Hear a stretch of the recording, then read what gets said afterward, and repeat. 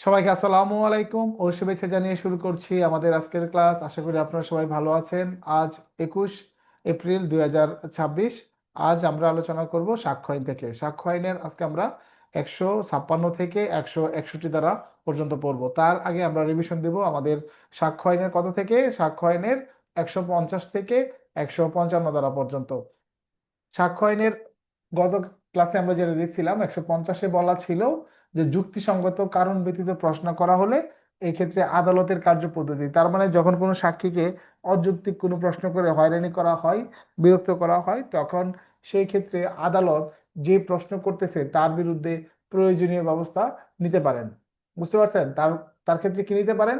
প্রয়োজনীয় ব্যবস্থা তিনি নিতে পারেন। এটা আমাদের সাক্ষ্য আইনের 150 ধারায় বলা আছে। তার যে কর্তৃপক্ষ আছে সেই কর্তৃপক্ষের কাছে কি করতে পারেন? কর্তৃপক্ষের কাছে আপনার কমপ্লেন করতে পারেন, অভিযোগ করতে পারেন, সেইটার প্রেক্ষিতে যথাযথ ব্যবস্থা নিয়ে নিবে। এটা ছিল 150 ধারা। এরপর ধারাটা ছিল 151, যে মানে 51 আর কি। এখানে অশ্লীল এবং কুৎসামূলক প্রশ্নের কথা বলা হয়েছে, যে অশ্লীল এবং কুৎসামূলক প্রশ্ন সাধারণত কি অবৈধ। সাধারণত এই ধরনের কথা বলা যাবে না। তবে যে ধরনের অশ্লীল বা কুৎসামূলক প্রশ্নটা একান্তই আপনার করতেই হবে, না হলে আপনার ন্যায় বিচার বিঘ্নিত হতে পারে, এই সকল ক্ষেত্রে আমাদের কি সেটা করা যায়। তবে সামান্যতম বিষয়ের কারণে জড়িত থাকলেই এই ধরনের প্রশ্ন করা অন্যায়। এরপর হচ্ছে আমাদের 152 ধারা, অপমান বা উত্ত্যক্ত করার জন্য আপনার প্রশ্ন করতে দেওয়া যাবে না। তার মানে কোনো সাক্ষীকে অপমান করার জন্য বা উত্ত্যক্ত করার জন্য সাধারণত আপত্তিকর বা অপমানজনক বা আপনার উত্ত্যক্তমূলক কোনো প্রশ্ন করা যাবে না। যদি কোনো প্রশ্ন আপনার দেখা গেছে যে আপত্তিজনক অবস্থায় যদি উপস্থাপন করে, মানে উপস্থাপনের তো একটা ভঙ্গি আছে, তাই না? এই উপস্থাপনের বিষয়টাও যদি আপত্তিজনক হয়, তবে সেই ক্ষেত্রেও কিন্তু কি হবে না, আপনার এই ধরনের প্রশ্ন করা যাবে না। এরপর হচ্ছে আমাদের 153 ধারা রিভিশন, যেখানে বলা আছে সত্যবাদিতার পরীক্ষার জন্য প্রশ্ন করা হলে উত্তরের বিরোধিতা করার জন্য সাক্ষ্য বর্জন। এটা অনেকেই আপনার জানতে চাইছিলেন, ওই সময় আপনার রিপিট করে প্রশ্ন করে আমি আবার ব্যাখ্যা দিছিলাম। আজকে আর একটু ব্যাখ্যা দিয়ে দেই। এটা হচ্ছে যখন কাউকে কোনো জিজ্ঞেস করা হয় কোনো বিষয়ে, সেই একটা উত্তর দিল, সেটার আবার ব্যাখ্যা দেওয়ার সময় দেখা গেছে যে ওই উত্তরের বিরোধিতা করার জন্য নতুন করে সাক্ষ্য নেওয়া যাবে না। যেমন আমি মুর্শিদকে বললাম যে আপনি তো এই বিষয়ে কি জানেন। মুর্শিদ একটা বললো যে না, আমি বললাম যে না, আপনি তো খারাপ মানুষ, আপনার তো এই বিষয়ে আপনার ব্যাড রেকর্ড আছে। এখন মুর্শিদ বলতেছে আপনি যে ব্যাড রেকর্ড শুনছেন, তাহলে ওদেরকে ডাইকে নিয়ে আসেন, ওদেরকে ডাইকে নিয়ে এসে জিজ্ঞাসা করেন আমি খারাপ না ভালো। তার মানে এখন এই মামলার বিচারিক কার্যক্রম বাদ দিয়া মুর্শিদ যে খারাপ না ভালো এইটার জন্য সাক্ষী ডাইকে আইনা জিজ্ঞাসাবাদ চলবে না। এই মামলায় সাক্ষীকে জিজ্ঞাসাবাদ করবে, বিরোধিতা করতেই পারে, মৌখিকভাবে করবে, বাট নতুন করে সাক্ষ্য নিয়ে মুর্শিদ যে খারাপ এটা প্রমাণ করার কোনো সুযোগ এখানে আইনে রাখে নাই। এটাই ছিল 153 ধারা। 154, কোনো পক্ষ দ্বারা নিজের সাক্ষীকে প্রশ্ন করা, মানে বৈরী সাক্ষী বলা হয় যাকে। হ্যাঁ, বৈরী সাক্ষী বা শত্রু সাক্ষী। এই বৈরী সাক্ষী বা শত্রু সাক্ষী 154 দ্বারা সাধারণত যে পক্ষ সাক্ষীকে হাজির করে সেই পক্ষই কি সাক্ষীকে আপনার প্রশ্ন ওই করে, মানে তার কাছ থেকে জবানবন্দি নেয়। তারপর বিপরীত পক্ষ দেখা গেছে যে আপনার তাকে জেরা করে।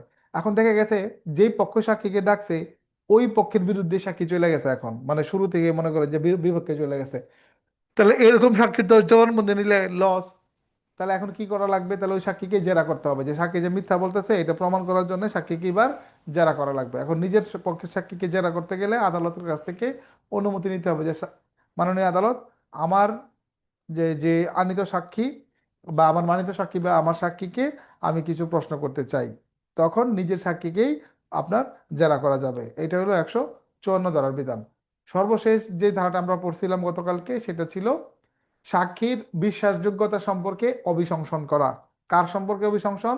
সাক্ষীর বিশ্বাসযোগ্যতা। তার মানে সাক্ষীর বিশ্বাসযোগ্যতাটাকে আমরা কিভাবে নষ্ট করে দিতে পারি, কিভাবে ধ্বংস করে দিতে পারি, কিভাবে ধ্বংস করে দিতে পারি, ঠিক আছে?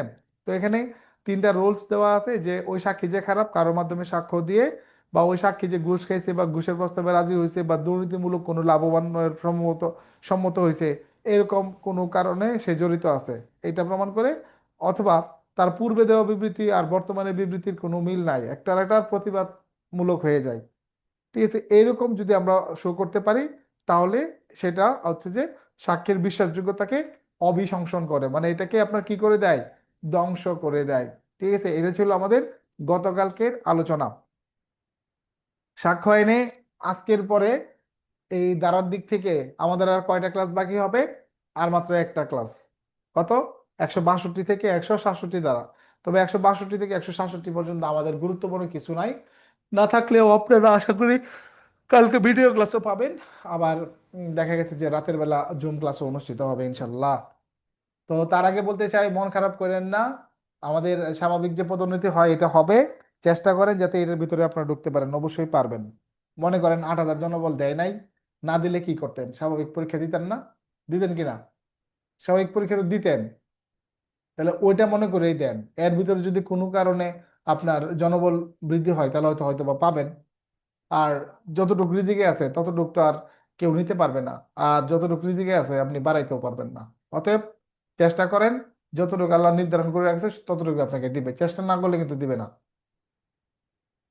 আমাদের আজকের ক্লাস 156 ধারা থেকে আমরা চলে যাচ্ছি 156-তে। এখানে আমাকে বুঝতে হবে যে কি বলছে কথাটা। একদম ইজি একটা বিষয়, অনেকে এটাকে কঠিন করে ফেলে। একটু দেখেন, এখানে বলতেছে 156-তে যে প্রাসঙ্গিক বিষয় সমর্থন করার উদ্দেশ্যমূলক প্রশ্ন গ্রহণযোগ্য। আমরা জানি সাধারণত বিচার্য এবং প্রাসঙ্গিক বিষয়ে সাক্ষ্য দেওয়া যায়।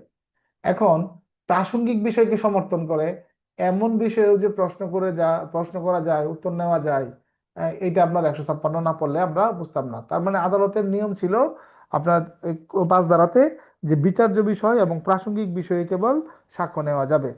এখন প্রাসঙ্গিক বিষয়টাকে প্রমাণ করার জন্য সাক্ষ্য নেওয়া যায়, এই বিষয়টা আমাদের 156 ধারায় কিন্তু বলতেছে। কিরকম প্রাসঙ্গিক বিষয়টা হতে পারে, যেমন ধরেন আমি ভিডিও ক্লাসে আপনারা হয়তো দেখছেন, দুটা উদাহরণের কথা বলছি, দুটা উদাহরণ। একটা উদাহরণ ছিল যে আপনার একজন সাক্ষী রাস্তা দিয়ে যাচ্ছে, ঘটনার সময় তিনি দেখছেন, ঘটনার বর্ণনা তিনি দেন। তখন তাকে আইনজীবী জিজ্ঞেস করে এই যে এই সময় আপনি আর কি কি দেখছেন। তখন এই ঘটনার সাথে মনে করেন প্রাসঙ্গিক বিষয়ের সাথে সম্পর্ক আছে এমন আরো কিছু তথ্য তিনি দেন, যে ওই সময় এখানে দুজন ব্যক্তি দাঁড়ায় ছিল, দুইজন আপনার ক্ষেতে মূলা তুলতেছিল, এরকম কথাগুলো বলেন। তো এখন যাদের কথা বলছে তাদেরকে ডেকে জিজ্ঞেস করা হয় যে আপনি কি ওই সময় ঘটনাস্থলের পাশে মূলা খেতে মূলা তুলতেছিলেন? তখন ওই সাক্ষী যদি বলে হ্যাঁ মূলা তুলতেছিলাম, দেখেন এই মূলা তোলার সাথে কিন্তু আপনার এখানে কোনো সম্পর্ক নাই, মামলার ঘটনার কোনো সম্পর্ক নাই। কিন্তু মূলা তোলার বিষয়টা কেন আসতেছে, কারণ ওই সাক্ষী যে বললো যে ঘটনা তিনি যখন দেখছেন তখন পাশের ক্ষেত্রে একজন মূলা তুলতেছিল। তাহলে এখন মূলা তোলার বিষয়টা যদি প্রমাণিত হয়, তাহলে সাক্ষী যে বলতেছে কথাটা প্রাসঙ্গিক বিষয়টাকে এখানে প্রমাণ করে, তার মানে সাক্ষী অনেকটাই সত্য কথা বলছে বলে আদালত ধরে নেয়। এটাই হলো যে প্রাসঙ্গিক বিষয়কে সমর্থন করবে এমন বিষয়ের উপরে সাক্ষ্য আপনার গ্রহণযোগ্য হয়, ওরকম প্রশ্ন আদালতে গ্রহণযোগ্য হয়। কত দ্বারাই 156। এরকম ডাকাতির একটা উদাহরণ আছে পরীক্ষাতে, এটা আসছিল এর আগে কোন এক সময় পরীক্ষাতে। যেমন ধরেন ডাকাতরা এক জায়গায় জড়ো হয়ে তারপর ডাকাতিতে প্রবেশ করছে কিনা, এটা ডাকাতদের সম্ভবত হওয়ার বিষয়টা দেখা গেছে যে এখানে বিচার্য বা প্রাসঙ্গিক বিষয়। এখন এই বিষয়টা প্রমাণ করার জন্য ডাকাতদের তো আর কেউ দেখে নাই, সাক্ষীরা দেখছে। তখন একজন সাক্ষী বললো যে আমি যখন এদিক দিয়ে যাই, এই যাদের ভিডিও অন করা দরকার ভিডিও অন করেন না, নারীরা ব্যতীত। তো আমি যখন এই পথ দিয়ে যাই তখন দেখি যে এখানে বাঁশঝাড়ের চিপায় আপনার আগুন জ্বলতেছে। একই রকম সাক্ষ্য আরো আরেকজন বললো যে আমি যখন এদিক দিয়ে যাচ্ছিলাম তখন আমিও দেখছি আপনার কিছু লোকজন এখানে আপনার জড়ো হচ্ছে, তারা সিগারেট খাচ্ছে। তাহলে দেখেন, ডাকাতি হওয়ার সাথে আপনার ঝোপের আড়ালে সিগারেট খাওয়ার কোনো সম্পর্ক আছে? সরাসরি সম্পর্ক নাই। কিন্তু ডাকাতরা যে একসাথে সমবেত হয়েছিল একটা জায়গায়, এটা তো সম্পর্কিত, সম্পর্কিত না? তো ডাকাতদের এই যে জড়ো হওয়ার বিষয়টা সম্পর্কিতটাকে আপনার কি দ্বারা প্রমাণ করতেছে, সাক্ষীরা কি দ্বারা দেখছে? সাক্ষীরা দেখছে রাতের বেলা এখানে কিছু লোকজন সিগারেট খাইতেছে, সিগারেটের আগুন দেখছে। তার মানে এই যে বিষয়টা অস্তিত্বটা এখানে দেখাচ্ছে, এই জিনিসটা আদালতে কি হবে, প্রাসঙ্গিক হবে। ঠিক আছে, প্রাসঙ্গিক বিষয়কে সমর্থন করার জন্য যে বিষয়টা এখানে সামনে আসতেছে এই বিষয়ে প্রশ্ন করা যায়, বা এটা আপনার গ্রহণযোগ্য হয়ে থাকে, প্রশ্ন গ্রহণযোগ্য হয়ে থাকে আর কি। তারপর 157, 157 যে একই বিষয় সম্পর্কে সাক্ষীর পরবর্তী সাক্ষ্য সমর্থনের জন্য পূর্ববর্তী সাক্ষ্য প্রমাণ করা যেতে পারে। মানে আপনি মনে করেন আগে একবার সাক্ষ্য দিচ্ছেন বা আপনার জবানবন্দি লিখিত হয়েছে, পরের বার আপনি যখন আবার সাক্ষ্য দিচ্ছেন, এখন আপনি আদালতের কাছে গেছেন, মনে করেন আগে দিচ্ছেন পুলিশের কাছে, এখন আদালতের কাছে আপনি বলতেছেন যে আমি যেটা বলছি এটাই সত্য, আপনারা না হলে আমার আগের জবানবন্দিটা চেক করে দেখতে পারেন, আগে আমি সেম কথাই বলছি। আগে আমি কি বলছি? সেম কথাটাই বলছি। এটা তার আইনজীবী হিসেবে দাবি করতে পারে যে আমার মক্কেল সত্যবাদী। আমার মক্কেল আগেও যা বলছে এখনো ঠিক তা বলছে। এই যে 157 দ্বারা সমর্থনমূলক সাক্ষ্য, 156 দ্বারা যে সমর্থনমূলক সাক্ষ্য বলা হয়, আর 157-র যে বিষয়টা, যে এইভাবে যখন আপনার একজন মানুষ হুবহু কয়েক জায়গায় ঘটনাটা বলে, তখন অনেকেই একটু হলেও বিশ্বাস করে, করে না? একজন মানুষ যদি একই সাক্ষ্য পুলিশের কাছেও বলে, একই মানুষ পুলিশ সুপারের কাছেও একই সাক্ষ্য দেয়, একই ব্যক্তি কোর্টেও যদি একই সাক্ষ্য দেয়, তাহলে এ থেকে কি বোঝা যায়? যে লোকটা সত্য বলতেছে, ঠিক না? কি বলতেছে? সত্য বলতেছে। এই সত্য বলার ভিতরেও গাফলা আছে। কিরকম? যেমন ধরেন, আপনার কারো শিখানো বক্তব্য হইতে পারে, যে মুখস্থ করাই দিছে যে দারোগার কাছে ওইটা কবি, কোর্টে ওইটা কবি। হইতে পারে না? হয় না? এরকম হয় কি না? হয় কিন্তু। তার মানে 157 ধারার বক্তব্যটা অনেক ক্ষেত্রে আসামিরাও কিন্তু, বা দুর্নীতিগ্রস্ত যারা আছে তারাও কিন্তু এটাকে কাজে লাগাইতে পারেন। মানে একটা জিনিস বারবার যদি উপস্থাপন করা হয়, এটার একটা বিশ্বাসযোগ্যতা তৈরি হয় আর কি। ছলে বলে কৌশলে অনেকভাবে জেরা করার পরেও যদি জবানবন্দি একই থাকে, তাহলে ওই জবানবন্দির একটা মূল্য থাকে না আলাদা? আপনারা বিপরীত পক্ষের লোক ভেরিফাই করছে, কিন্তু এদিকের লোক 100% মনে করেন যে তার প্রস্তুতি কমপ্লিট। তার প্রস্তুতি কমপ্লিট, এই প্রস্তুতি কমপ্লিটের পর সে এমন মুখস্থ করা করছে বা এমন ভাবে শিখা শিখছে, তাকে কোনোভাবে আইনজীবীরা আর বিপরীত প্রমাণ করতে পারে না। তাহলে এই থেকেই বোঝা যাচ্ছে যে আপনার একই জিনিস যদি আবার বলা হয়, তাহলে একটা আরেকটার কি করে? সমর্থন করে। কি করে? একটা আরেকটার আপনার সমর্থন করে। একইভাবে আপনার মনে করেন সুলতানের কথা বলে গেছে, তারপর সুলেমান আসলো, সেও তার জবানবন্দি একই রকম বলছে। এরপরে মনে করেন পদ্ম আসলো, পদ্মর জবানবন্দি আপনার একই হইলো। তাহলে কি হইলো? সুলতান, আপনার সুলেমান, পদ্ম, রনি, জনি, যেই বলেন না কেন, সবাই যখন একই রকম বক্তব্য বলবে, তখন একজনের বক্তব্য আরেকজনের বক্তব্যটাকে সমর্থন করলো নাকি প্রতিদ্বন্দ্বিতা করলো? কোনটা কি করলো? সমর্থন করলো। কি করলো? সমর্থন করলো।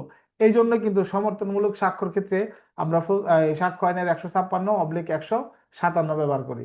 বুঝতে পারছেন বিষয়টা? যদি ওইভাবে ক্লিয়ার করে বলা নাই, কিন্তু আমরা এটা ব্যবহার করি, 156/157 আমরা ব্যবহার করে থাকি। এরপর হচ্ছে আমাদের 158 ধারা।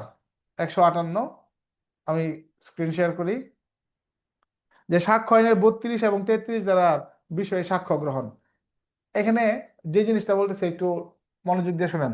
32, 33 এগুলো আদালতের সামনে প্রাসঙ্গিক হয় কখন? কে বলতে পারবেন 32, 33-এ প্রাসঙ্গিক কিভাবে হয়, কেন হয়? জাস্ট 30 সেকেন্ড, একদম শর্ট করে।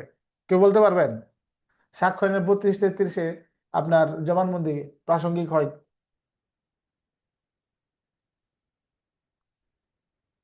রেডমি, রেডমি 11 বলেন। স্যার 32 হচ্ছে যায় যে ব্যক্তি 32 নিখোঁজ আমি মৃত। 32-এ কি আছে আমি জিজ্ঞেস করি নাই, আমি বলছি 32, 33-এর যে আপনার বিষয়গুলো, এগুলো প্রাসঙ্গিক হয় কিভাবে, কি জন্য হয়? সে ব্যক্তি যদি মৃত হয় বা তার মৃত্যু সম্পর্কে সে যদি কিছু বলে যায়, নিখোঁজ হয়, একটা বিবৃতি দিয়ে গেছে বা একটা বিবৃতি আছে সে তাকে পাওয়া যাচ্ছে না, সে বিদেশ আছে, আচ্ছা, আপনাকে এই বিষয় ধন্যবাদ। সম্পর্কে সঠিক উত্তর আমরা পেয়ে গেছি। তাহলে দেখেন, সোজা কথা উত্তর হলো যে সাক্ষী সামনে না থাকলেও আপনার তার জবানবন্দি অনেক ক্ষেত্রে প্রাসঙ্গিক হয়। সে মৃত্যুবরণ করতে পারে, অসুস্থ হতে পারে, সে নিখোঁজ হইতে পারে, সে যদি আগে দিয়ে থাকে এটা প্রাসঙ্গিক হয়। তো 158 ধারায় বলতেছে যে 32, 33-এ যাদের স্বীকারোক্তি আপনার প্রাসঙ্গিক হইতেছে, ওনারা সামনে থাকলে যেভাবে যুক্তি খণ্ডন করা হইতো, যেহেতু ওনারা সামনে নাই, তাদের জবানবন্দি একদম বাইবেলের বাণী মনে করা যাবে না, যে এটা মনে হয় যে আর এই চার্চের পোপ সারা মনে হয় পরিবর্তন করতে পারবে না, জিনিসটা এরকম না। এই ক্ষেত্রে ধরে নিতে হবে, এই ক্ষেত্রে ধরে নিতে হবে যে আমাদের তারা থাকলে যেরকম ভাবে আমরা জিজ্ঞাসাবাদ করতাম বা কাউন্টার দিতাম, বিপরীত বিপরীত প্রমাণ করার চেষ্টা করতাম, যেহেতু তারা নাই, একই কাজ আমরা করতে পারবো। বুঝছেন? মনে করেন আপনি একটা পক্ষের লোক, আপনার বিরুদ্ধে একজন মৃত্যুকালীন জবানবন্দি দিয়ে মারা গেছে। যে মৃত্যুকালীন জবানবন্দিটা দিছে এমন কোন জন্মের খারাপ, এই শালার পুতে মনে করেন যে মরার সময় গিয়ে মিথ্যা কথা কয়ে মরছে। মানে আপনার ফাঁসাইতে হয়ে গেল যে মোর মোর মুই, তাহলে তরে ফাঁসাই দেওয়া যায়। একটু বালি একটা গালি দিয়ে বললাম, কে জন্য বললাম, যে এনে এটা পায় যে মরার সময় যদি খারাপ কথা কয় তাহলে গালি না দিলে হয় না। তো মনে করেন ওই মরার সময় আপনার ফাঁসাই দিয়ে গেছে, তা আপনি তারা কি করবেন, তার জন্য দোয়া করবেন? যে মরার সময় আপনার যদি একটা মারার মামলায় ফাঁসাই দেওয়া যায়, তাহলে এখন, তাহলে ওনারা তো নাই, দুনিয়া থেকে চলে গেছে। যদি বাইচে থাকতো, সে যদি জবানবন্দি দিত যে আমারে মুর্শিদ মারা লাইছে, তাহলে এটা তো সব বাইচে গিয়ে তো 161 হয়ে গেছে। এখন এখানে মুর্শিদকে কাউন্টার দিতেন না, যে আপনার এই একে, যে বিপরীতে যখন আপনাকে এই ধরনের অপবাদ দিছে, আপনি কি কাউন্টার দিতেন কি দিতেন না, বলেন, মুখে বলেন। জি দিতেন স্যার, কি? দিতেন। এখন মনে করেন তারা অবশ্যই কাউন্টার দিতাম। দিতেন। এখন মনে করেন তারা এরকম মানে ওই এমন ক্রিমিনাল লোক যে মরার সময় আপনার কথা কয়ে সেরা সে মরে গেছে, কিন্তু এই সত্যিকার অর্থে আপনি ঘটনাস্থলে ছিলেনই না, আপনি এটার সাথে কোনোভাবেই জড়িত না, কিন্তু আপনাদের সাথে বহুদিনের মামলা ছিল, মরে এই জন্য যাবো তারা ফাঁসাই দিয়ে যায়, তো ফাঁসাই দিয়ে গেল। এখন তারা যেহেতু নাই, তাহলে কি আপনি এখানে মাথা পাইতে নিবেন, নাকি আপনি বিপরীত কিছু প্রমাণ করার চেষ্টা করবেন? কি? অবশ্যই আমি আমারটা প্রমাণ করতে চেষ্টা করবো স্যার। এইটাই, এই যে জিনিসটা, অর্থাৎ 32 এবং 33-এ তারা না থাকলে আপনার যে, যখন আমরা তারা থাকলে যেভাবে আমরা কাউন্টার দিতাম, যেভাবে আমরা এক্ষেত্রে জেরা করতাম, একইভাবে তারা না থাকার কারণেও 32-33-এ প্রাসঙ্গিক হওয়ার সময় আমি একইভাবে প্রশ্ন করতে পারবো। মূলত এখানে আমাদের প্রশ্ন করার অধিকারগুলো নিয়ে কিন্তু পড়তেছি। তার মানে 32-33-এ আপনার সরাসরি সেটা আদালত গ্রহণ করবে না, এক্ষেত্রে আমি অবশ্যই ওই বিষয়ে কাউন্টার দিতে পারি। আমার নামে একটা মৃত্যুকালীন জবানবন্দি নিয়ে আসতেছে আমার বিরুদ্ধে, এটাই চূড়ান্ত না, আমি এটা প্রমাণ বিপরীতেও প্রমাণ করতে পারি, পারি না? যেমন ধরেন আপনার ঠিক আছে। টার্মিনেটর 2, হলিউডের একটা মুভি, দেখছেন আপনারা কেউ? টার্মিনেটর 2, অনেক, আর্নল্ড শোয়ার্জনেগারের একটা মুভি আছে, এই যে পারদের তৈরি থাকে যে বিলেন এক এক সময় এক এক রূপ ধারণ করে, এটা তো অনেক বিখ্যাত একটা মুভি, টার্মিনেটর 2। হ্যাঁ, মোহাম্মদ আলী দেখছেন নাকি? দেখছি স্যার, পারদের স্যার। হ্যাঁ, ওটা পারদের তৈরি। পারদে তার হাত মা দিয়ে হয় স্যার। হ্যাঁ, আর্নল্ড ওই যে স্নোল স্যার। এক এক সময় এক এক রূপ ধারণ করে। একবার তো ওই ছেলেরে মারার জন্য মনে করেন যে তার মায়ের চেহারা ধারণ করে আইছিল আইছিল না, আসছিল। সঠিক স্যার, সঠিক স্যার। আচ্ছা, এখন মনে করেন আমার সাথে এরকম ঘটনা ঘটতে পারে যে আমারে মারার সময় একজন মনে করেন মুর্শিদের মুখোশ লাগায় এসে আমারে মারছে, তখন আমি তো মুর্শিদের দেখছি, তা আমি তো মরার সময় মুর্শিদের কথা বলে গেলাম। এখন মুর্শিদ তো কোনোভাবেই জড়িত না, মুর্শিদ তো ডাইরেক্ট বলতেছে আমি তো চিকিৎসার জন্য ইন্ডিয়াতে ছিলাম, তা আমি কেমনে থাকি? তাহলে এখানে নিশ্চয়ই একটা গাফলা আছে। মৃত্যুকালীন জবানবন্দি সে হয়তো চোখে মুর্শিদ দেখছে, বিপরীতও থাকতে পারে। তার মানে মুর্শিদ এবার গাটাগাটি করে সবকিছু খুঁজে টুজে বের করে দেখলো যে এখানে আমার মুখোশ পরে গিয়া একজনকে খুন করছে, যাতে সে মুর্শিদের কথা বলে। হইতে পারে না এরকম? কল্পনা করেন, হইতে পারে। তো এইটাও কিন্তু আমরা যুক্তি খণ্ডনের মাধ্যমে প্রশ্ন উপস্থাপন করে এটা বিপরীত প্রমাণ করতে পারি। যেরকম তারা বাইচে থাকলে আমি করতে পারতাম, তারা না থাকার কারণেও, সামনে না থাকার কারণেও এটা চূড়ান্ত না যে সে বলে গেছে দেখে চূড়ান্ত, আমি সে কাউন্টার দিতে পারি। এই কথাটাই বলা আছে আপনার 158 ধারাতে, যে 32-33-এর বিপরীতেও আপনার প্রশ্ন করা যাবে, সাক্ষ্য নেওয়া যাবে। তার মানে 32-33 বলে গেলে এটা চূড়ান্ত না। কে বলবেন, খালি সংক্ষেপে একটু বলেন বুঝছেন কিনা, এই যে এতক্ষণ কষ্ট করলাম। 158 ধারায় কি বলতে চাইছে, মূল থিমটা বলেন, কি বুঝছেন আপনি? স্যার, আমরা 32-33-এ জানছিলাম যে যে যারা মৃত, নিখোঁজ বা সাক্ষ্য দিতে অক্ষম, তাদের বিষয়টা আদালত প্রাসঙ্গিক হিসেবে নেয় বিবৃতিটা। এখন আমরা 158-তে জানলাম যে তারা যে বিবৃতি দিচ্ছে এটা সমর্থনও কিছু বলা যাবে, আবার এটা মিথ্যা মিথ্যা প্রমাণ করার জন্য আমরা যে কোনো সাক্ষ্য উপস্থাপন করতে পারবো, এটাই বলছে স্যার। ওরা যে বিবৃতি দিচ্ছে ওটা একবারে ইয়া না স্যার, ওটাকে মেনে নিতে হবে না। ধন্যবাদ। জাকির খান কি বলে একটু দেখি। জাকির অনেকদিন পরে দেখলাম। আসসালামু আলাইকুম স্যার, ভালো আছেন স্যার? আলহামদুলিল্লাহ ভাই। স্যার আমি এটা মূলত যেটা বুঝলাম যে 32 ধারা বলা আছে এখানে চারটা 8টার মতো বিষয় আছে, যে মৃত্যুকালীন জবানবন্দি, মৃত্যুর সময় যে জবানবন্দি দিয়ে যায়, তারপর 33 ওই ব্যক্তি যদি বিদেশ বা কোথাও থাকে বা প্রথমবার সাক্ষ্য দেওয়ার পরে পরবর্তীতে তারা খুঁজে না পাওয়া যায়, তাদের হুম হুম সাক্ষ্যটা হুম আদালতে প্রসঙ্গিক। এই বিষয়গুলো বলা হচ্ছে 33-এ। অর্থাৎ ওই ব্যক্তির যদি খুঁজে পাওয়া যাইতো বা মৃত ব্যক্তি যদি জীবিত থাকতো, তারা যেভাবে জেরা করা যাইতো, তার যে যে বক্তব্যের যে বিরোধিতা করা যাইতো, সেম একই ভাবে যদি তাদের খুঁজে পাওয়া না যায় 33-এ, 32-এ যদি তার মৃত্যুকালীন মৃত্যুর পরে মৃত্যুর সময় যে জবানবন্দি দেওয়া যায়, ওইগুলোরও আবার বিরোধিতা করা যাবে। অর্থাৎ এর বিপরীতে সাক্ষ্য প্রমাণ উপস্থাপন করে ওই দায় থেকে মুক্তি নেওয়ার জন্য যে যে সকল বিষয় আছে ওইগুলো সব উপস্থাপন করা যাবে স্যার। মাশাল্লাহ, অনেক সুন্দর। আশা করি বাকি যারা একমত আছেন হাত নামাবেন, যে ভিন্ন মত থাকবেন তারাই জিজ্ঞেস করবো। যারা যারা হাত তুলছেন অন্যরা একমত থাকলে হাত নামায় ফেলেন। জাকির, এটা অনেক সুন্দর হয়েছে। আর সবাই হাত নামাইছেন। আচ্ছা, মোহাম্মদ আলী আবার নতুন করে হাত তুলছে। মোহাম্মদ আলী কি বলে শুনুন। সরি স্যার, ভুলে হাতটা উঠে গেছে আগে স্যার। আচ্ছা, ঠিক আছে। ওকে, আমরা এই জিনিসটা মোটামুটি একদম ভালো করে ক্লিয়ার হয়ে নিলাম যে আমরা বক্তব্য আমারটাও শুনলেন, অন্যদেরটাও শুনলেন। হ্যাঁ, অনেক সময় কিন্তু আমার চেয়েতেও কিন্তু একজন স্টুডেন্ট কিন্তু অনেক ভালো বলতে পারে।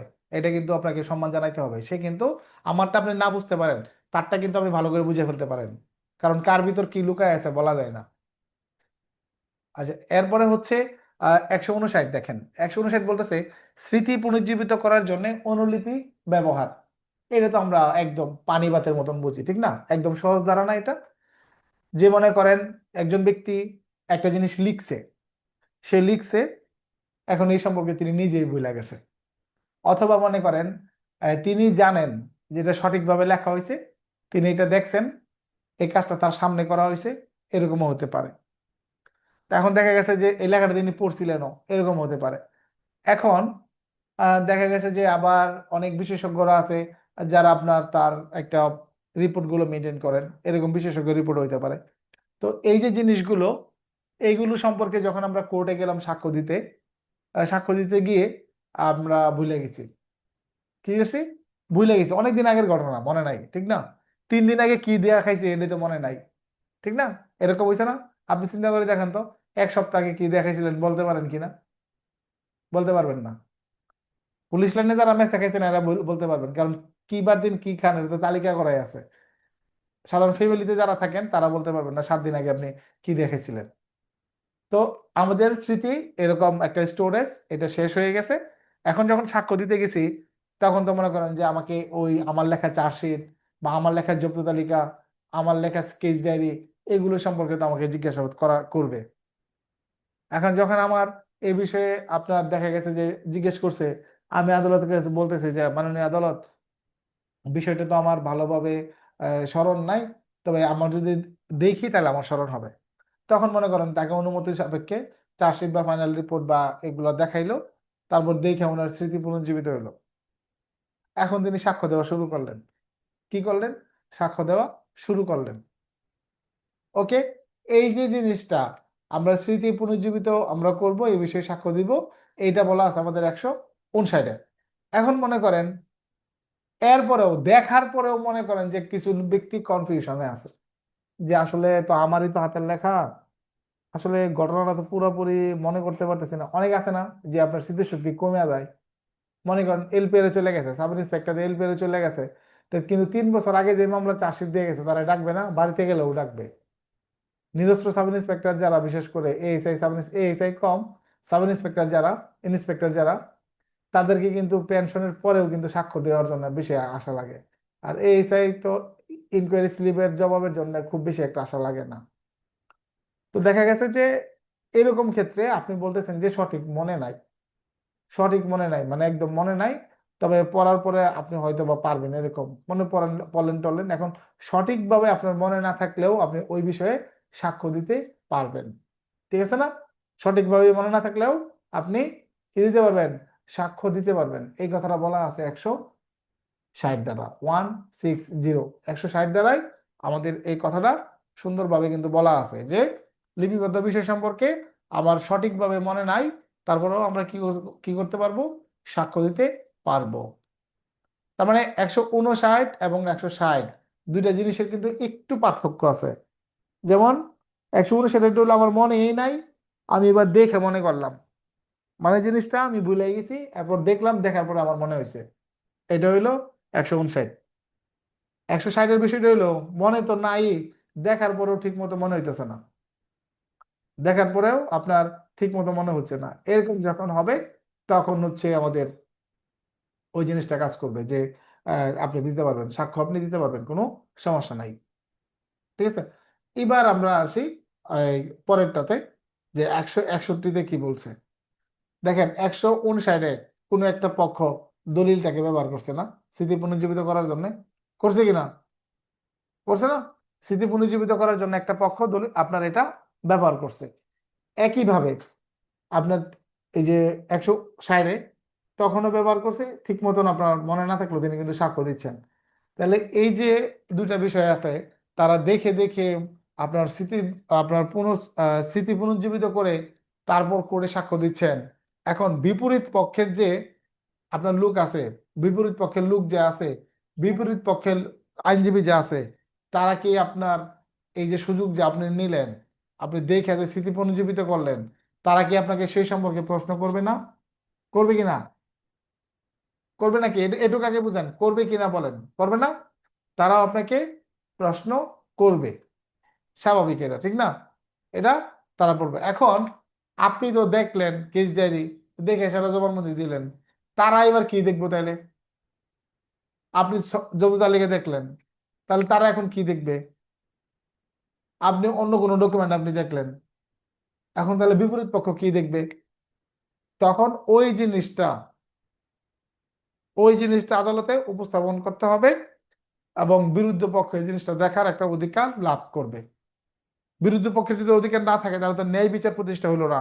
এক পক্ষের লোক দেখে দেখে বইলা গেল গা, আরেক পক্ষের লোকের কাছে আমি জিজ্ঞাসা করতে পারলাম না, ওটা হইলো? কারণ আমি যে আসামি পক্ষের লোক, মনে করেন বাদী পক্ষের লোক এসে এরা দারোগা সাহেব চার্জশিট দেখা পড়িয়া পড়িয়া মনে করিয়া সাক্ষ্য দিয়ে চলে গেল। এখন আসামি পক্ষের লোক আমি জেরা করব কিভাবে? আমার কাছে তো চার্জশিটের কপি নাই, আছে? আছে কিনা? চার্জশিটের কপি তো নাই, মনে করেন একটা উদাহরণ দিচ্ছি, চার্জশিটের কপি তো থাকেই, কিন্তু মনে করেন নাই। তাহলে এই ক্ষেত্রে বিরুদ্ধ পক্ষের লোক আগে চার্জশিট দাবি করবে যে আগে এই ডকুমেন্টটা আমাকে দেন, তারপর আমরা সেই সম্পর্কে কি করব, সাক্ষীদেরকে জেরা করব। এটা কত দ্বারায় বলা আছে আমাদের পাওয়ার? 161 দ্বারাই এই ক্ষমতাগুলো দেওয়া আছে। তার মানে কিন্তু দেখেন 150, 156, 57, 58, 59, 60, 61 আমাদের কিন্তু শেষ। আগামীকালকে 162 থেকে 167 পর্যন্ত পড়বেন, সাক্ষ্য আইন শেষ। এরপরে সাক্ষ্য আইনটাকে আবার 3টা ক্লাসের মাধ্যমে, একদম শুরু থেকে 3টা ক্লাসে মনে হয় হবে না, তিনটা তিনটা ক্লাসে মনে হয় হবে না, সাক্ষ্য আইনটা আপনার আবার 4-5টা ক্লাসের মাধ্যমে সুন্দর করে রিভিশন দেওয়া উচিত কিনা আপনারা বলেন তো? মাইক্রোফোন অন করে দিয়েছি, উচিত কিনা? জি স্যার, উচিত উচিত স্যার। স্যার। স্যার, জি। স্যার আমাদের ঠিক আছে, ঠিক আছে, বুঝতে পারছি, বুঝতে পারছি। ঠিক আছে, আসলে কিছুই বুঝছিলাম না, এখন লেখাগুলা বুঝতেছি, বুঝছেন? লেখাগুলা বুঝতেছি। ওই সময় মনে হইতেছে আমি অন্য বাজারে ঢুকছি, এরকম মানে সবাই একসাথে বললে এরকমই হয়। আচ্ছা, ঠিক আছে, তাহলে আমরা আরো 4-5টা ক্লাসের মাধ্যমে আমরা এটাকে সুন্দর করে রিভিশন দিব। তো আজকের প্রশ্নগুলো আমরা নেই 156 থেকে 161-র ভিতরে, 5টা আর 6টা নাই, যে কটা লাগে ধীরে সুস্থে সুন্দর করে আমরা করব। এরপরে আল্লাহ যদি বাঁচায় আমরা প্যানাল কোড শুরু করব। ঠিক আছে, সাক্ষণের পরে আমরা কি শুরু করব? প্যানাল কোড শুরু করব। জাকির খান, বলেন। স্যার 157 ধারা সাক্ষ্যয়নের আর 145 ধারা, এই হুম, দুটার ভিতর তো স্যার আপনার 145 আর 57 পার্থক্যটা আসলে কি? একটা ক্যারেক্টার বিপরীত নাকি স্যার? আচ্ছা, হ্যাঁ, একটার বিপরীত। একটা 145-এর যেটা, এটা হইলো সাক্ষী উল্টাপাল্টা বলতেছে, ওই জিনিসটা প্রমাণ করার জন্য হইলো 145, মানে আগেরটার সাথে এখনকারটার কোনো মিল নাই। বোঝা গেছে জাকির? আর আমি যদি বলি তাহলে হচ্ছে স্যার, উনি যদি প্রথম যখন এজাহার দিয়েছে থানায় আইসা, এজাহার দেওয়ার পরে এজাহারে যে বক্তব্য দিয়েছে, সাক্ষ্য দেওয়ার কালের বক্তব্য বিপরীত বলতেছে, অতএব তাহলে আমরা এজাহারের কপি ওনারা দেখাইতে পারে আ- আদালতে আইনজীবী। সে 145, সে উল্টাপাল্টা একশো বলতেছে। পঁয়তাল্লিশ হ্যাঁ, আর এখন আবার কথা হচ্ছে আবার আদালতে যখন সাক্ষ্য দিচ্ছে তখন উনি যে কথা বলতেছে ওই কথা সমর্থন, অর্থাৎ ওই কথাটাতে সঠিক, এই কথা তিনি পূর্বে বলছে, এজন্য আবার এজাহারটা দেখানো যায় যে আপনি এজাহারে তো আমি এই কথাই বলছি, দেখেন, তো এজাহারের সাথে তার কথা মিলাই দেখতে পারে। এটা হচ্ছে 157। সঠিক। আর 145-এর দ্বিতীয় অংশ, দুটা দুটা ফর্মুলা তো 145, যে প্রথম তাকে আপনার দেখানোর প্রয়োজন নাই, প্রথমে তাকে দেখানোর প্রয়োজন নাই, তাকে খালি জিজ্ঞেস করে যে আপনি কি এই বিষয়ে স্বীকৃতি দিছিলেন কিনা। হ্যাঁ, পরে যদি আপনি বিরোধিতা করতে চান তাহলে এবার আপনি তাকে দেখাইতে পারেন যে এই যে দেখেন আপনার আগের সাথে এখনকারটার কোনো মিল নাই, 145। আর এটা হলো ও 157 যেটা, এটা হলো আপনার সমর্থন, যে আগেও যেটা বলছে এখনো সেটা বলছে, সমর্থন করার জন্য 157। ও। তো সমর্থনমূলক সাক্ষ্যটা তো স্যার আবার 156-তে বলা আছে। 156/157 দিবেন। ওইটা হলো তো সরাসরি দুইটাই দেখেন কর্পোরেশন, দেখেন এভিডেন্স একটা নামে একটি ইয়ে আছে, সঠিক স্যার, বাক্স, সঠিক। বাক্সটা দেখেন নিচের দিকে দেওয়া আছে। 500তে আছে স্যার। হ্যাঁ, তো এটা আমাদের পরীক্ষার্থীদের হিসেবে 156/157 দিয়ে দেন, কারণ 157 কিন্তু সমর্থনমূলক সাক্ষ্য, যে আগে আমি যে জবানবন্দিটা দিছি এর পরেও আমি একই রকম জবানবন্দি দিছি, তখন এটা হলো সমর্থন। দেখবেন নেতারা যখন নির্বাচন করে তখন এলাকায় গিয়ে এভাবে হাত তুলে না, কিংবা নির্বাচনের আগে এরকম একটা হাত তুলে একটা পোস্টার দেয় যে আপনাদের সমর্থন প্রত্যাশী, এভাবে লিখে না, লেখে কিনা, সঠিক স্যার, সঠিক পোস্টার স্যার। পোস্টার বানায় না, যে আগামী জি নির্বাচনে স্যার, আপনাদের সমর্থন চাই, এভাবে হাত তুলে একটা পোস্টার বানায় না। সঠিক স্যার। চিন্তা করছি কুরবানি ঈদে একটা বানামো। তো এই যে মনে করেন যে আপনার এই সমর্থন চায়, এর মানে জনগণ তার সাথে আছে, সবার একই চাওয়া, ঠিক আছে, এটাকে বলা হয় সমর্থন চাচ্ছে উনি এভাবে। তখন একজন ব্যক্তি যদি বলে আসি ভাই, আরেকজন বলে আসি ভাই, এরকম সবাই বলে, তার মানে সবাই মিলা তাকে একটা সাপোর্ট দিচ্ছে, সমর্থন, সমর্থন দিচ্ছে। যদি একজন বলতো আসি, একজন বলতো নাই, তাহলে এটাকে বলা হতো বিরোধিতা, ঠিক না? বুঝছি স্যার, ধন্যবাদ স্যার। ধন্যবাদ। মুর্শেদ হাত নামা আলাইছে নাকি? হ্যাঁ, মুর্শেদ হাত নামা আলাইছেন। একই প্রশ্ন ছিল। তার ওই যে আমার একটু জিজ্ঞেস করার দরকার ছিল যে ওই 156 আর 157 এটা কার পক্ষে সমর্থনমূলক, মানে কি এটা যে সাক্ষী দিছে তার পক্ষে বাদী সাক্ষী বিবাদী দুইজনের সমর্থন দিবে? সাক্ষীদের সাক্ষীদের কোনো বাদী বিবাদী নাই, আমি জিনিসটা বুঝাই। এখানে পড়তে গেলে আমরা যে জিনিসটা বুঝি না, আমরা এখানে একটা পক্ষের দিকে কখনো না যাই, এখানে ধরে নিতে হবে উভয় পক্ষের। যেহেতু সাক্ষীর কথা বলতেছে, খালি কি বাদী পক্ষের সাক্ষী থাকবে, বিবাদী পক্ষের সাক্ষী থাকবে না? থাকবে না? থাকবে স্যার, একজন খালি ঘটনার পক্ষেই বলবে, বিপরীতে আরেকজন বলবে না। বলবে স্যার। তার মানে যেই ধারাগুলোতে কোনো বাদী বিবাদী উল্লেখ করা নাই, আপনি এটাকে নিউট্রাল হিসেবে ধরে নেবেন যে সাক্ষী মানে এই পক্ষেরও হইতে পারে, এই পক্ষেরও হইতে পারে। যখন লেখা থাকবে বিরুদ্ধ পক্ষ, তখন বুঝবেন যে এক পক্ষ আনছে আরেক পক্ষের বিরুদ্ধে গেছে। সাক্ষ্য আইনের এই থিওরিগুলো বুঝলে সাক্ষ্য আইন সবচাইতে সহজ একটা আইন। জাস্ট দেখেন তো লাস্টের দিক দিয়ে আইসে আপনাদের সাক্ষ্য আইন সহজ লাগতেছে না? সহজ লাগতেছে না? একদম থিওরি, জাস্ট গল্পের মতো খালি পড়লে হয়, কিন্তু যে আমি এবার কি করতাম, আমি আদালত থাকলে কি করতাম, আমার বিরুদ্ধে সাক্ষী দিতে আইসস, তোর আজকে খবর আছে, তুই যে বেটা অরিজিনাল ঘুষ খাইছস, ঘুষের প্রমাণ আমার কাছে আছে, আপনি দেখাইতেন না প্রমাণ, যে স্যার এই যে দেখেন ও তো এত টাকা ঘুষ নিয়ে সাক্ষ্য দিতে আইছে, কিন্তু আপনি জানেন না কোন ধারায় এই কাজটা করতে হইব, ঠিক না, কিন্তু আপনি জানেন যে এটা আমার করতে হইব।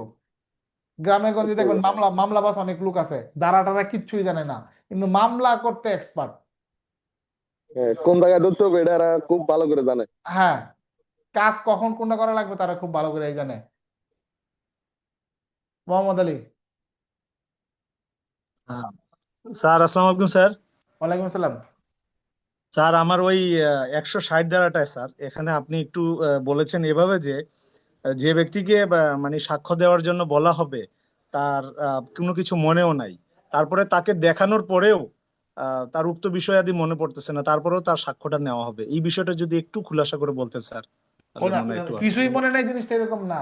এখানে জিনিসটা হয়েছে এই যে সঠিকভাবে মনে নাই, যে মনে করেন আমি একটা এই লিখছি, আমি একটা চার্জশিট লিখছি, হ্যাঁ, আমি একটা চার্জশিট লিখছি, লেখার পরে এখন দেখা গেছে যে লেখাটা আমার আমি চিনছি, লেখাটা আমার আমি চিনছি, কিন্তু এই জীবনে তো আমি মনে করেন যে 1000 মামলা তদন্ত করছি, মনে করেন আমি যখন রিটায়ারমেন্টে চলে গেলাম বা কাছাকাছি সময়ে, এখন 20 বছর আগে একই রকম ঘটনায় তো আরো মামলা তদন্ত করতে পারি। মনে করেন আছে না এরকম লাইফে ঘটনা, যে 1000 2000 মামলা তদন্ত করছে, লেখাটা দেখে চিনছে যে তারই লেখা চার্জশিট। এখন যেহেতু আমার লেখা চার্জশিট, তার মানে এটা সত্যই চার্জশিট, কিন্তু ঘটনাটা আমি ঠিক মনে করতে পারতেছি না, কিন্তু যেহেতু আমি লিখছি, আমার দ্বারাই দাখিল করা হয়েছে, এটা আমি মানছি সঠিক, তার মানে আমি এই বিষয়ে বলবো যে আমার দেওয়া চার্জশিটে যা উল্লেখ করা আছে এটা সত্য, এইটুক বলে আমি সাক্ষ্য দিতে পারি। কিন্তু ঘটনাটা অনেক দিন আগের, 20 বছর 30 বছর আগের, আমার এই বিষয়ে তেমন ঘটনা মনে নাই। এরকম হয় না কখনো, বাট একটা বিকল্প এখানে রাখছে। বোঝা গেছে? বুঝতে পারছি স্যার, ধন্যবাদ স্যার। যখন আপনি জানবেন যে লেখাটা সত্য, সত্য কিন্তু ঘটনা আমি ঠিকভাবে মনে করতে পারতেছি না, এরকম হয় না? যেমন আমাদের দেখবেন অনেক সময় অনেক মানুষের সঙ্গে দেখা হয়, আরে ভাই আপনার আমি কই দেখছি বলেন তো, একসাথে আপনার সঙ্গে চাকরি করছি, পরে জিজ্ঞেস করি না, ভাই আপনি কিশোরগঞ্জ ছিলেন? না। সিআইডিতে ছিলেন? না। র্যাবে ছিলেন? না। ডিএমপিতে ছিলেন? হ্যাঁ। কত সালে ছিলেন? এত সালে। আমিও তো ছিলাম। ও ভাই তাহলে ঠিক আছে। এরকম হয় না? হয়, আমার সাথে হয়, আমি অনেকে এরকম জিজ্ঞেস করি, আমার চিনা চিনা লাগে, তখন আমি একজনকে জিজ্ঞেস করি, তখন এইভাবেই করি আর কি। তো এইরকম আর কি জিনিসটা 160, যে ঠিক আছে আমার দ্বারাই হয়েছে, কিন্তু কই হয়েছে কিভাবে হয়েছে আমি আসলে এই মুহূর্তে মনে করতে পারতেছি না। যেমন মানুষের নাম কিন্তু আমরা অনেক সময়, ব্যাচমেটই অনেক সময় তো মনে করেন যে একসাথে ট্রেনিং করছি, ব্যাচমেট চেহারা চিনি, ব্যাচমেট কিন্তু নাম জানি না। আছে না এরকম? হয় না? হয় কিন্তু, যে একই কোম্পানির ব্যাচমেট মনে করেন নাম জানি না, হয় না? হয়তো। বিশেষ করে আমি খুব বিব্রতকর অবস্থায় পড়ি, কি জন্যে? কারণ মনে করেন এই প্রাইভেট পড়ানোর কারণে তো সবাই চিনে, ব্যাচমেট তো আরো বেশি চিনে। চিনার পরে যখন কাছে এসে বলে, পরিচয় দেয়, তখন আমি চিন্তা করতেছি, মানে ব্যাটসম্যান বলার আগে আমি কি কমু, মানে হাত টাত বাড়াই দিয়ে হ্যান্ডশেক করি, তখন একটা মানে কি কমু, বড় ভাই কমু না ছোট ভাই না কি, আপনি, তখন আপনি করেই তো বলি ছোট হইলেও সবাই অপরিচিত লোক থাকলে। তো দেখা গেছে যে পরে কয়, আরে আমি তোমার ব্যাটসম্যান, ও কোন কোম্পানি, অমুক কোম্পানি, এই সেই, তখন মনে করেন যে এরকম হয়।